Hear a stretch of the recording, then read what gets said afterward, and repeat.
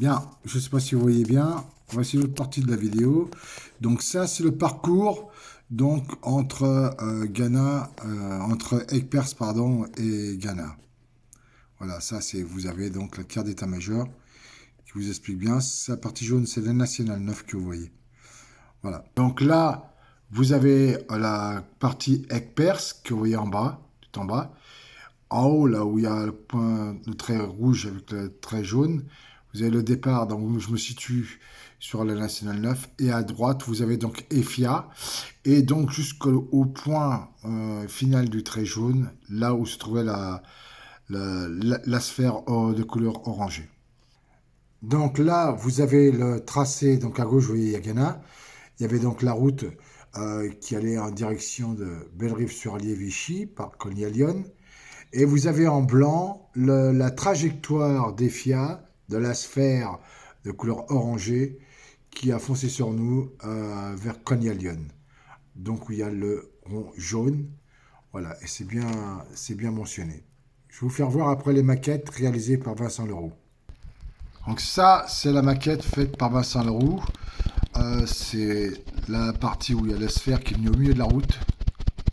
Il y a juste à 2-3 km avant Bellerive-sur-Allier, qui s'est immobilisé au-dessus de la route, tellement était géante, ça passait au-dessus des arbres. Et donc le véhicule avec...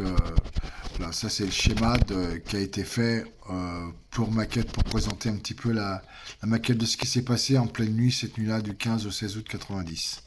Voilà maintenant la maquette sphérique qui est donc réapparue, différente de l'autre qui était orange au départ. Et c'est exactement, c'est pas totalement 100% la réalité, mais c'est, je dirais, une grande majorité, le schéma, la maquette de ce vaisseau qui est venu simuliser devant le véhicule. Comme vous pouvez voir, à travers le lucarne, elles étaient mauves comme ça, un bleu mauve comme ça, avec donc des extraterrestres. C'est comme si qu'ils m'observaient. Il y en avait même sur le côté que je vous ferai voir, puisqu'il y a eu plusieurs maquettes de fête par Vincent Leroux, que je remercie vraiment pour avoir fait tout ce travail qui a été un travail considérable. Ça a pris du temps parce que je voulais absolument avoir le plus proche résultat de ce que j'ai vécu cette nuit-là. Donc là, vous avez à nouveau les maquettes en bas, dessinées en noir et blanc, mais on les retrouvera un peu plus loin, ne vous inquiétez pas. J'ai mis en largeur, j'espère que vous recevez bien, vous me direz. Et en haut, la photo, c'est donc la maquette copie à l'intérieur du véhicule pour vous indiquer la sphère qui est descendue du ciel pour venir symboliser en face sur la route.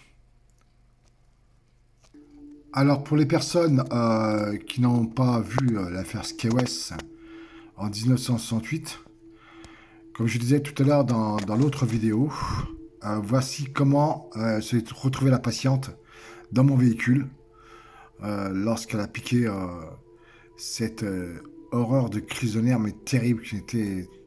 Je m'en souviendrai toute ma vie. Voilà. Voilà. Situation de terreur dans le véhicule. C'est exactement comme ça que s'est retrouvée ma patiente. Je peux vous assurer que je n'ai jamais oublié, je n'oublierai jamais de ma vie ce qui s'est passé cette nuit-là. Voilà. Donc là, c'est donc la Force Scorpio qu'on voit là. Voilà, je vous fais voir.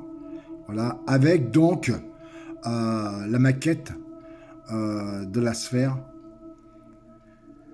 qui se présente en face de mon véhicule. Voilà, donc là, vous avez donc en haut ici, à gauche, vous avez à cet endroit, je ne sais pas si on va le voir, je vais vous faire voir. Ici, vous avez vos ailes qui se trouvent là. Là, vous avez donc la route de Ghana-Vichy, ici, voilà. Et là, vous avez donc le corps de ferme que l'on voit ici.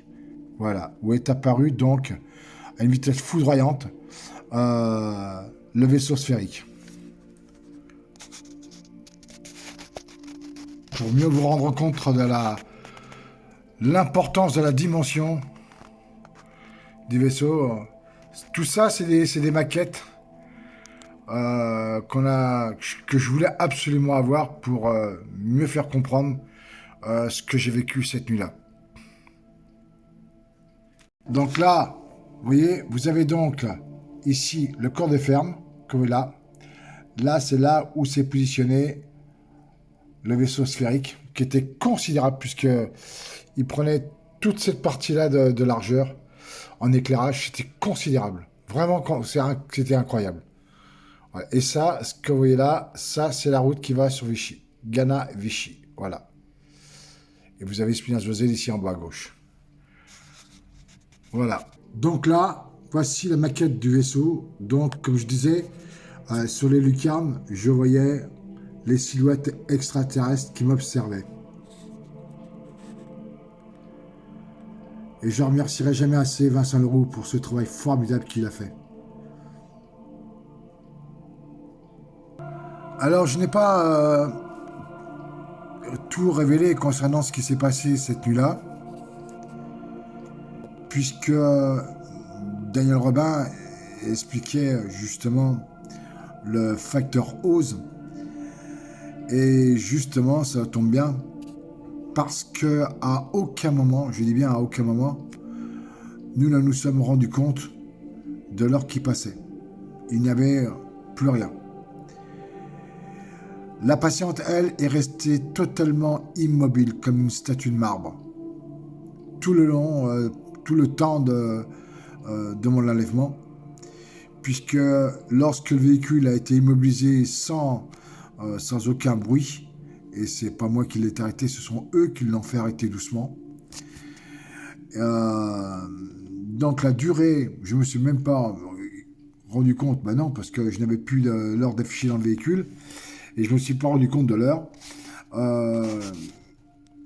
du temps que nous avons passé sur cette route, et nous allons passer, et c'est lorsque nous allons arriver au commissariat de police que nous allons nous rendre compte qu'il était 2h50 du matin. Donc, comme j'explique dans le livre, à un moment donné, par télépathie, ils m'ont fait part qu'ils venaient de très très très loin et que j'avais été sélectionné et que je n'avais rien à craindre de leur part et que je pouvais ouvrir la porte et venir à leur rencontre. Le problème, comme je l'ai expliqué dans mon livre, comme j'ai expliqué aux différents enquêteurs, c'est que lorsque j'ai voulu ouvrir la porte, d'abord, d'une part, je n'arrivais pas à l'ouvrir parce que la porte était extrêmement lourde, mais alors vraiment très très très très lourde. Je n'arrivais pas. Il a fallu que je m'y prenne à plusieurs fois et que je mette même des coups de pied dans la porte pour pouvoir l'ouvrir. Et lorsqu'elle s'est ouverte, ça a fait un craquement comme si que le véhicule avait été cabossé, comme si que le véhicule était enchevêtré de toutes parts. Mais la deuxième partie fut que je ne tenais... Le véhicule n'était plus sur la route. J'ai voulu sortir mes pieds et j'étais dans le vide. C'est comme si que... Comment je vais expliquer ça? C'est comme si j'étais dans l'espace. Le véhicule n'était plus du tout sur la route. Je ne sais pas à quelle hauteur je me trouvais, j'en sais rien.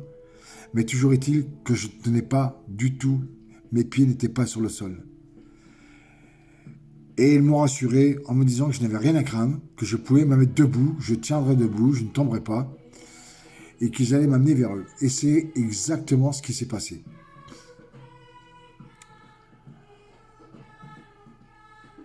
Ensuite, je suis rentré dans le vaisseau donc, éclairé, mais un éclairage fantastique. Doute, même pas... C'était une très grande lumière, il y avait un grand espace de couloir avec une partie très très très éclairée, mais sans aucun éblouissement.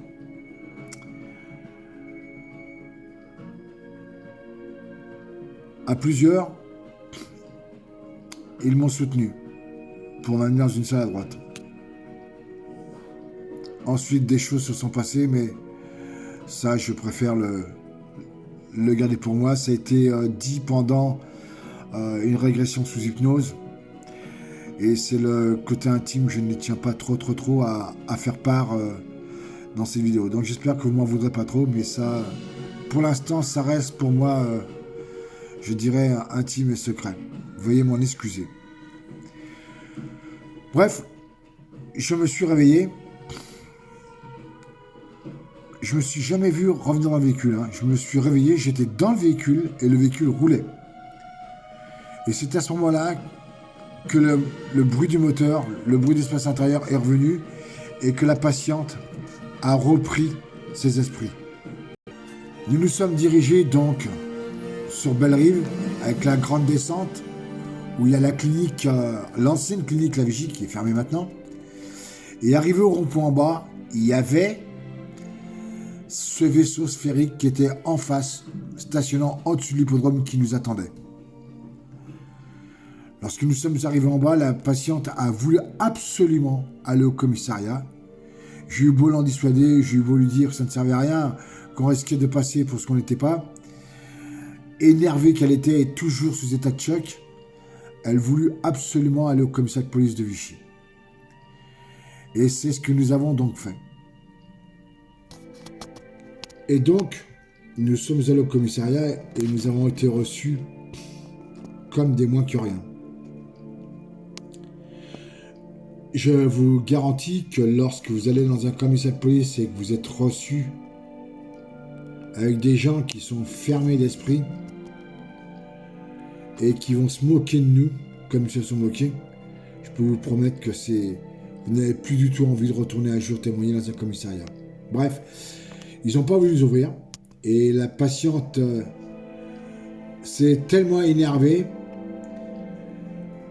que devant la colère qu'elle déployait devant le portail, ils ont ouvert le portail du commissariat pour qu'on puisse venir à l'intérieur. De là, on a attendu un moment.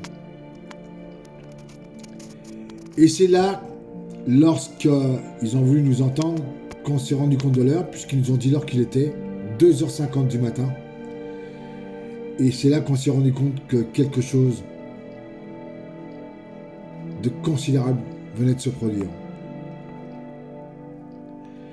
Bien entendu, ils ont envoyé une équipe au-dessus de l'hippodrome et ils se sont foutus de nous. On les entendait rigoler dans la radio. Bref. Plus jamais, nous irons dans un commissariat. Ils nous ont entendus les uns après les autres. Et ce qui a été surprenant, c'est que le témoignage fut exactement le même, trait pour trait. Et ça, c'était incroyable. Et en ressortant, la police a dit à madame, je ne donnerai pas son nom, parce que c'est normal, quoi qu'elle est décédée, mais par respect, je préfère éviter de donner son nom. Mais ils lui ont dit, madame, vous avez la chance que votre mari est décédé, parce que sinon, nous vous aurions gardé pour outrage à fonctionnaire de police. Et puis, de lui dire ensuite, vous savez madame, si vous ne savez pas, il y a beaucoup de gens qui décèdent et après le décès, il arrive que les personnes réapparaissent de différentes façons. Et peut-être que pour vous, votre mari est apparu comme une boule orangée. J'ai été sidéré d'écouter ça. Et même la patiente a été écœurée, n'a pas voulu croire un mot. Et elle a préféré partir et c'est ce que nous avons fait. Voilà un peu pour ce qui s'est passé cette nuit-là. Et donc nous sommes partis, il était 22h50, nous sommes arrivés à Vichy à 2h50. Ah, j'ai oublié de dire, le commissaire de police a téléphoné à la brigade d'Orion pour savoir si à 23h il y avait eu un feu d'artifice qui avait été fait sur la ville d'Orion. Or, aucun feu d'artifice, ni à 23h, ni à minuit, ni encore plus tard. Voilà un petit peu. Donc, pour eux, ne donner pas suite de cette affaire. Il y a eu une main courante des deux, mais ça n'a jamais été plus loin. Voilà concernant ce qui s'est passé dans cette nuit du 15 au 16 août 90. Donc, quand Daniel Robin parle du facteur Oz, oui, il y a eu le facteur Oz. Le lendemain, j'ai eu beaucoup de mal à récupérer. Le VSL ne fonctionnait plus. C'est donc le garage Ford qui est venu le récupérer, où il a été constaté qu'il était hors d'état de pouvoir rouler. Et j'ai donc été obligé de racheter un VSL neuf. Mais le traumatisme pour moi était toujours présent. Parce que les jours suivants où j'étais obligé de prendre la route le soir, à chaque fois je disais à Françoise, c'est sans doute la dernière fois que tu me vois. Sans doute que tu ne me reverras plus jamais, que je vais disparaître. Mais à chaque fois je revenais. Mais j'avais toujours cette appréhension de ne plus jamais revenir. Tellement ce que j'avais vécu avait été intense et important.